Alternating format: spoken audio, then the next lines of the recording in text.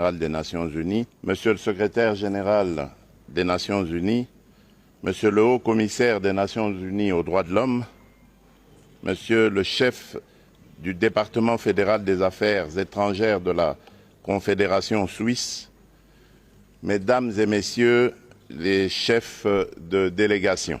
Depuis 30 ans, la République démocratique du Congo est le théâtre d'atrocités humaines les plus abominables. Des violations graves des droits de l'homme, des crimes de guerre et contre l'humanité y sont commis dans l'impunité la plus totale.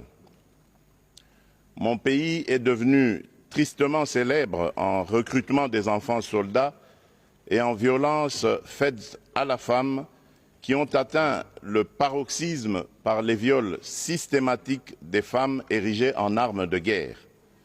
En somme, les crimes de sang et l'immoralité ont été ainsi banalisés en République démocratique du Congo. À ce sujet, comme vous le savez, la République démocratique du Congo est secouée depuis 1994, année du génocide rwando-rwandais de triste mémoire, par des violences cycliques meurtrières et des pillages de ses ressources naturelles par des groupes armés terroristes évalués à environ 150 à l'est du pays et dont certains sont d'obédience islamiste intégriste proches de Daesh.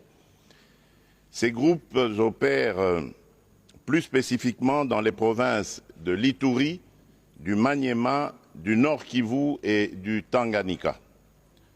Il n'est plus un secret pour personne qu'ils sont entretenus, armés et soutenus par certains États de la région comme le Rwanda et par des milieux financiers étrangers.